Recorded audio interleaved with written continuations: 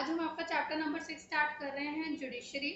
हमने chapter number 4 जो था वो एग्जीक्यूटिव करा था, फिर लेजिस्लेचर करा, फिर जुडिशरी करा। तो आप लोगों ने 10th में as an organs of government के अंदर ये एग्जीक्यूटिव, लेजिस्लेचर, जुडिशरी पढ़ा था। इस साल 11th में आने के बाद अब आप जो है इसको बहुत ही ज़्यादा इलेबोरेटेड वर्जन में पढ़ेंगे। सो अब हम स्टार्ट करते हैं जुडिशरी।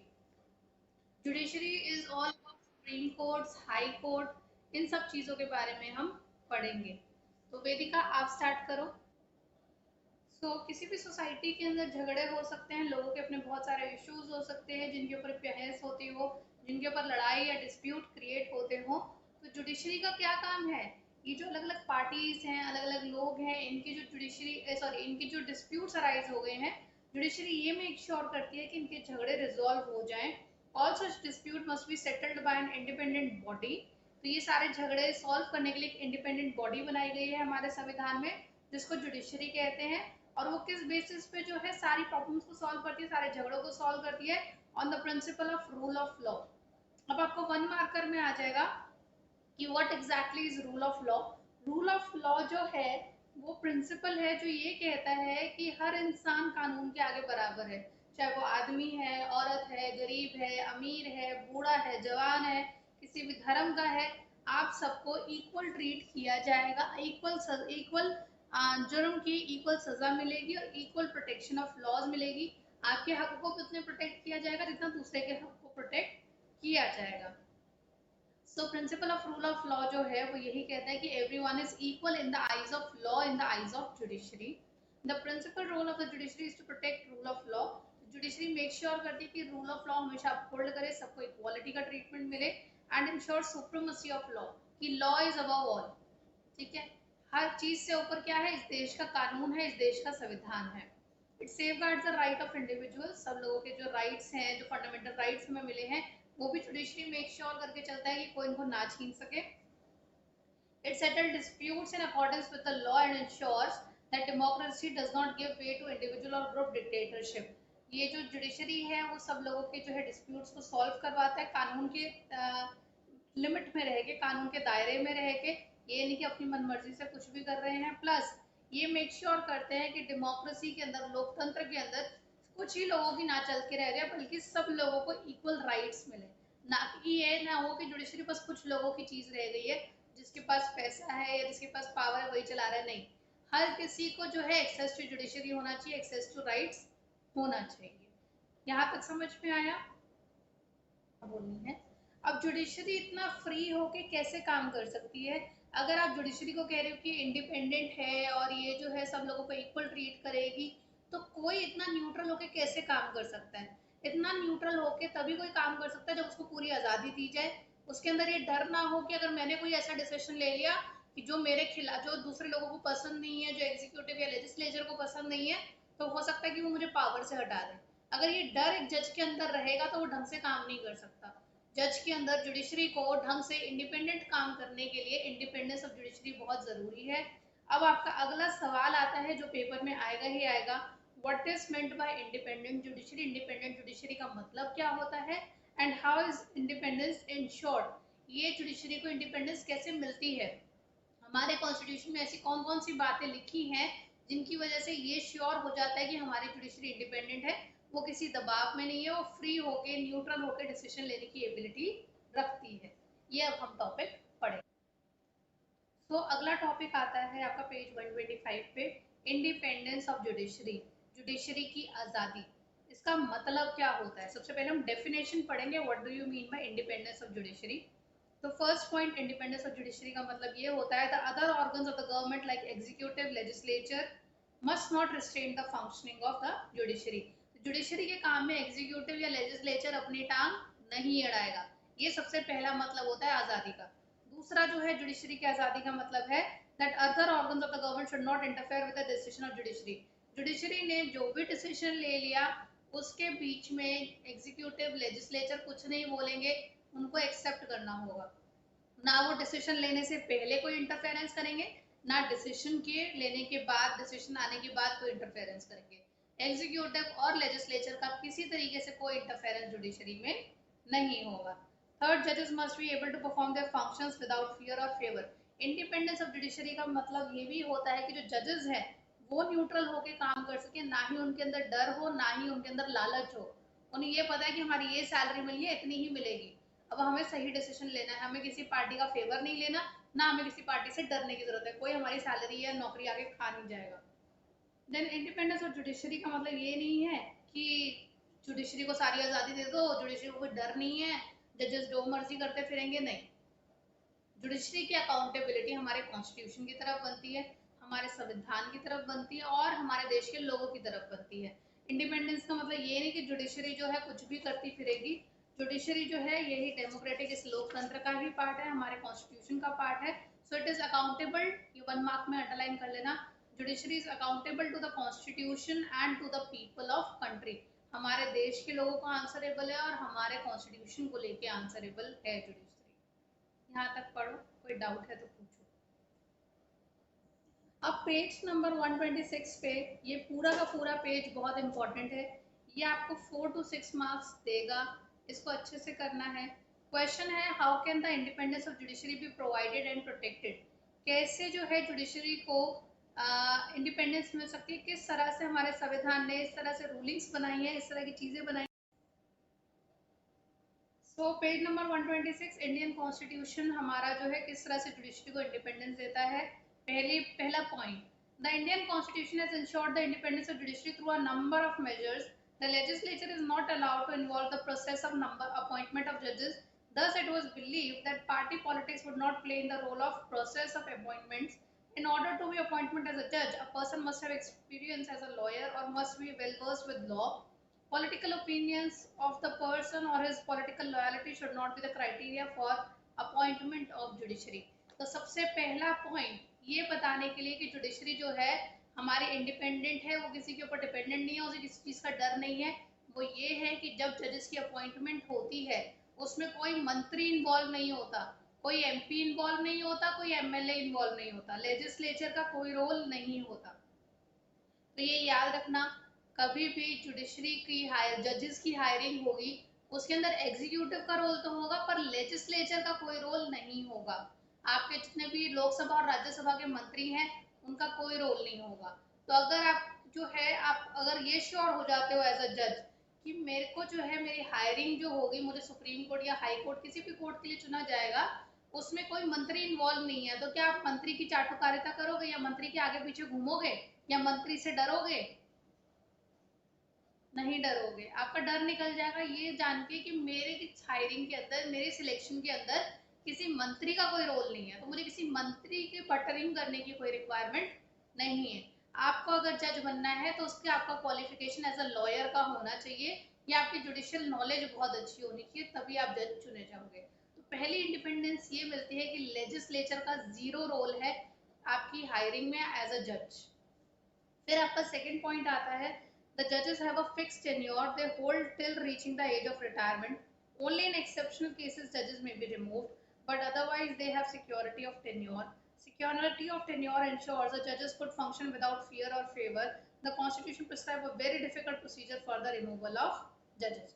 तो जज एक बार सिलेक्ट हो गया, एक बार आपको high court, district court, supreme court का जज चुन लिया गया, आपके रिटायरमेंट एज से पहले आपको कोई नहीं हटा सकता।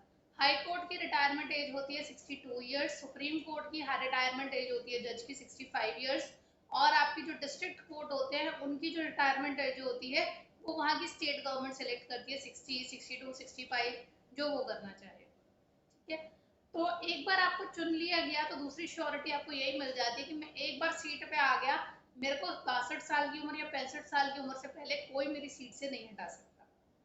ठीक है, तो ये सेकेंड श्योरिटी है। थर्ड, अगर किसी मंत्री के माइंड में ये आता भी है कि हम एक बिल पास करके इसको हटाएं जज को, अगर इसके रिमूवल की बात होती भी है तो उसका प्रोसीजर इतना टफ बनाया गया है कि कोई उसको आसानी से नहीं हटा सकता।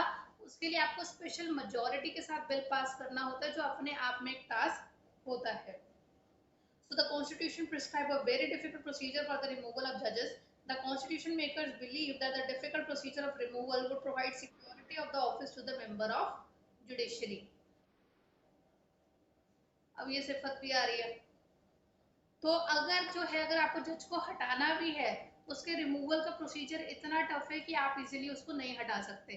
तो पहला पॉइंट तो आपका हो गया कि लेजिस्लेचर का कोई रोल नहीं है। दूसरा पॉइंट, एक बार सीट मिल गई उसके बाद आपको कोई हटा नहीं सकता आसानी से।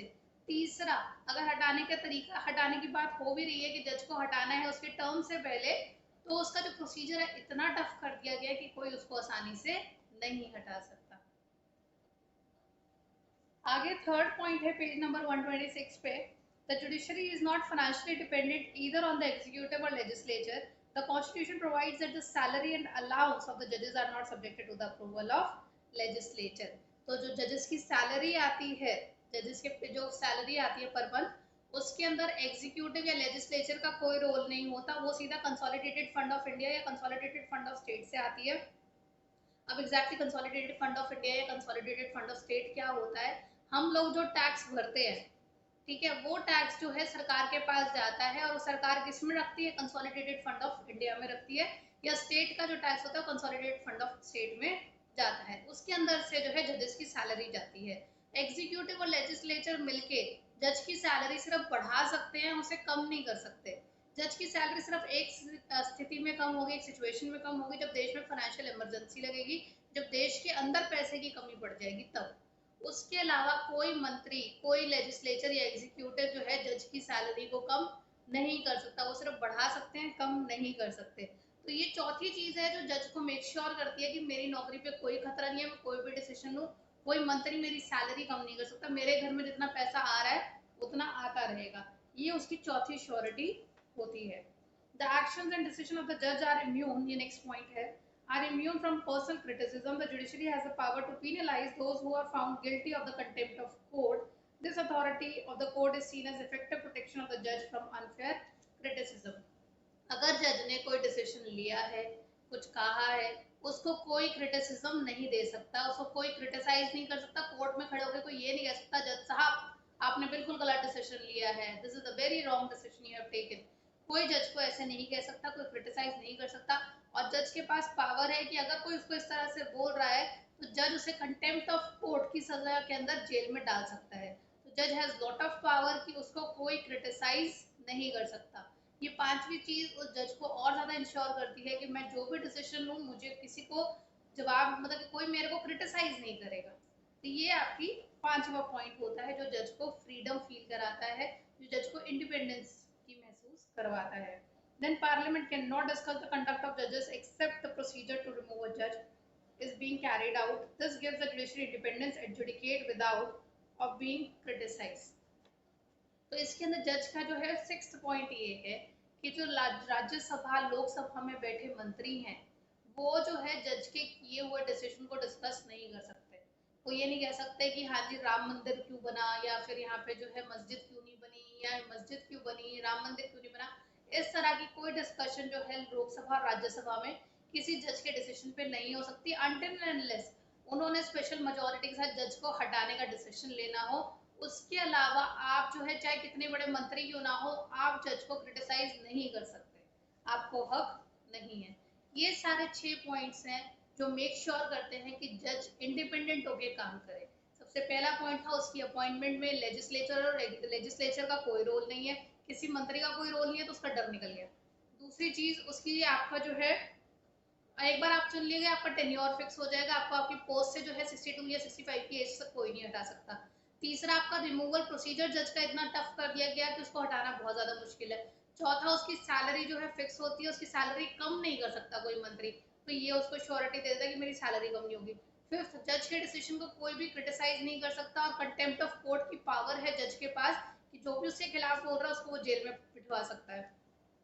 देन लास्ट, किसी मंत्री को भी हक नहीं है कि वो लोकसभा राज्यसभा में बैठ के क्रिटिसाइज कर ले जज के डिसीजन को, एक्सेप्ट जज के रिमूवल की बात चल रही हो। तो ये सारे पॉइंट्स मेक श्योर करते हैं कि जज फ्री होके काम कर सके। अगला टॉपिक है page number 127 NCERT, appointment of जजेस। अपॉइंटमेंट ऑफ जजेस has never been free from political controversy. जजेस की अपॉइंटमेंट के अंदर प्राइम मिनिस्टर का भी रोल होता है, आपका जो है प्रेसिडेंट का रोल भी होता है, आपका union minister of law and justice का भी रोल होता है। तो काफी सारे जो बीच में 2 या 3 मंत्री होते हैं जिनका रोल होता है। इसके अलावा चीफ जस्टिस ऑफ इंडिया का रोल होता है, chief justice of high court का रोल होता है और सीनियर जजेस।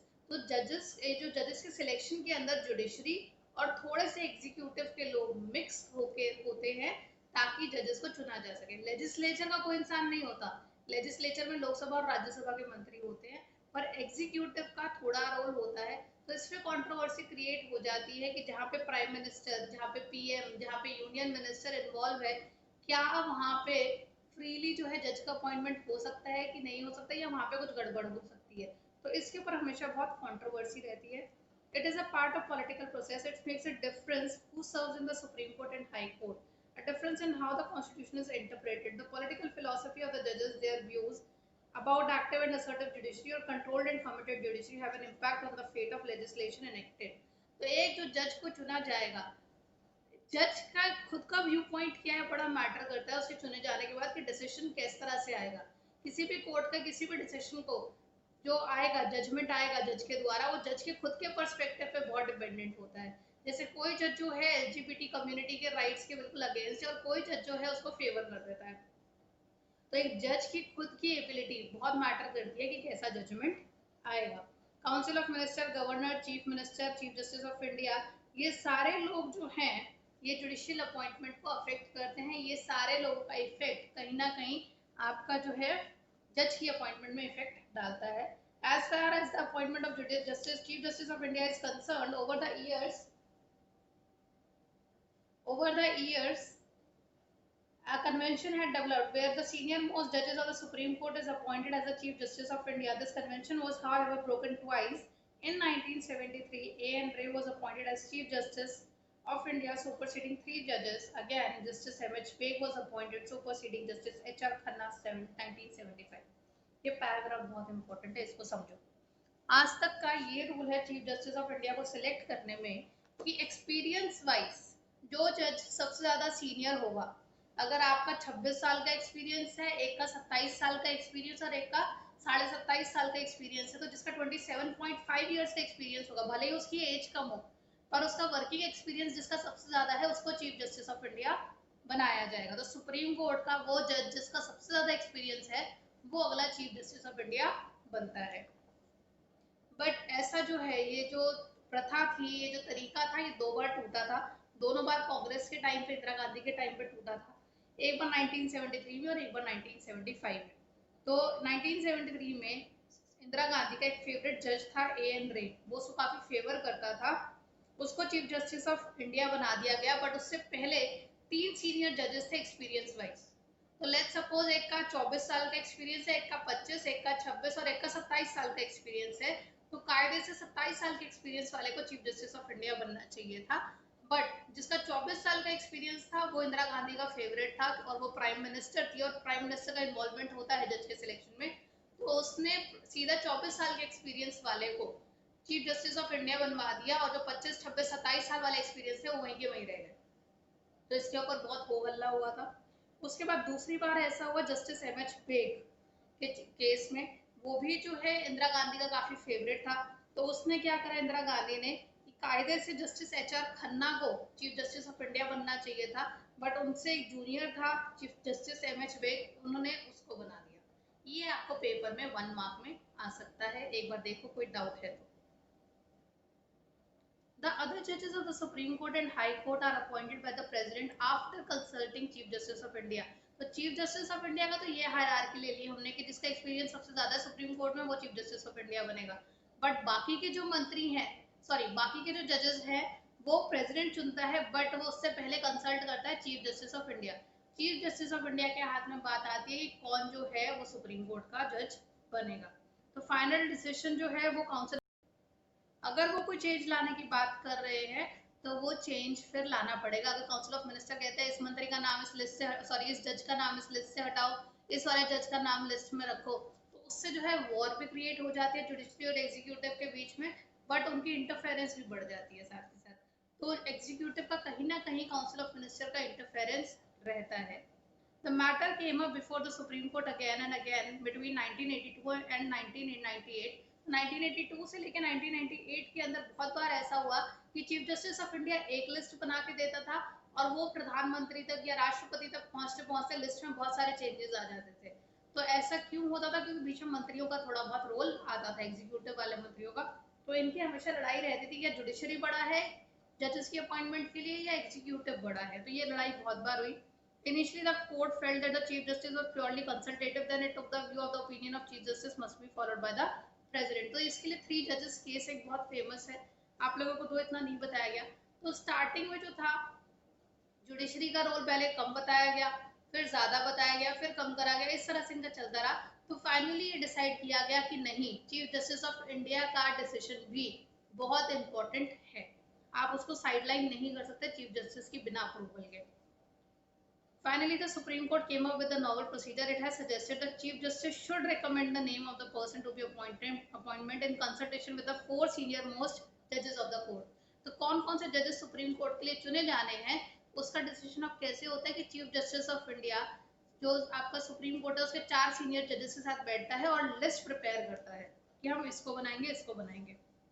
Thus, the Supreme Court has established the principle of collegiality in making recommendation of for appointment. तो उन्होंने कॉलेजियम मॉडल स्टार्ट करा है। कॉलेजियम मॉडल के अंदर होता है कि 4-5 लोग मिलकर डिसाइड कर रहे हैं, not one person.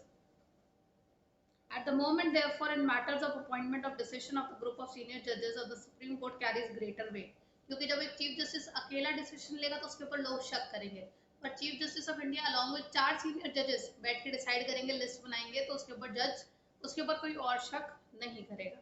Thus, in matters of appointment to the judiciary, the Supreme Court and the Council of Ministers play an important role. तो सुप्रीम कोर्ट का भी रोल बढ़ जाता है, जजेस का भी रोल बढ़ जाता है, और आपके काउंसिल ऑफ मिनिस्टर्स जो है यूनियन मिनिस्टर्स, उनका भी रोल बढ़ जाता है। तो दोनों का इक्वल रोल अब रहने लग गया है। आज के लिए हम इतना ही रखते हैं। एक बार देखो कोई डाउट है, नहीं तो फिर हम नेक्स्ट क्लास के अंदर इसको पिक करें।